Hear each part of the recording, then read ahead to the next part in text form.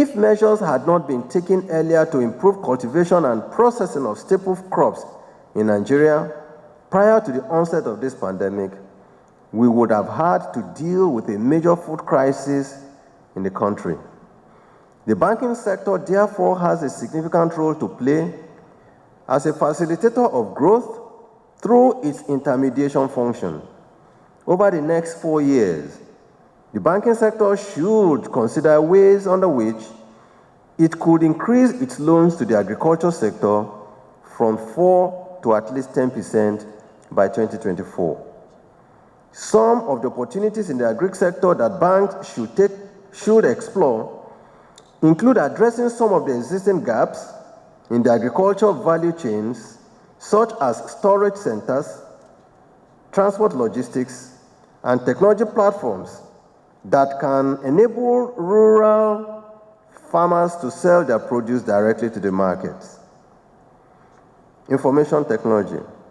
Another sector which has emerged as a significant source of resilience in the face of the COVID-19 on the economy is the information and communications technology.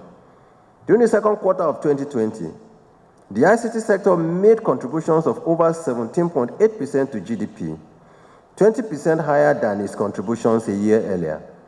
It is important that we leverage ICT as an enabler of growth in the key sectors of our economy.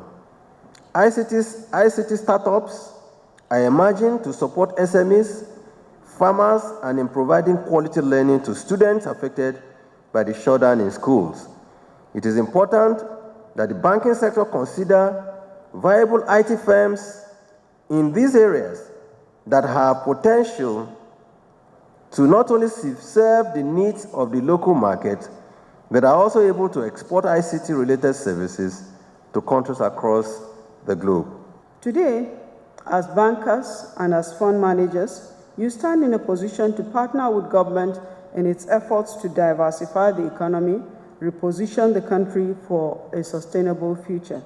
Therefore, you must redouble your efforts to mobilize domestic resources, to attract foreign investments, to create quality job opportunities for our teeming youths, and to lift a lot of Nigerians out of poverty. Actually, Mr. President made a commitment to the country that he has plans to ensure that up to 100 million Nigerians are lifted out of poverty over the next 10 years. With the current partial lifting of the lockdown measures, there are positive indications that there are some businesses that are getting back to pre-pandemic levels. However, the uncertainty over the duration and the intensity of the pandemic, as well as its impact on the economy, continues to be a cause for concern. In the wake of the pandemic, the government, in concerted efforts with regulatory authorities, have stepped up various liquidity measures, monetary, prudential, and supervisory measures in the form of interest rate cuts, higher structured and durable liquidity, moratorium on debt service, and forbearance on assets provisioning.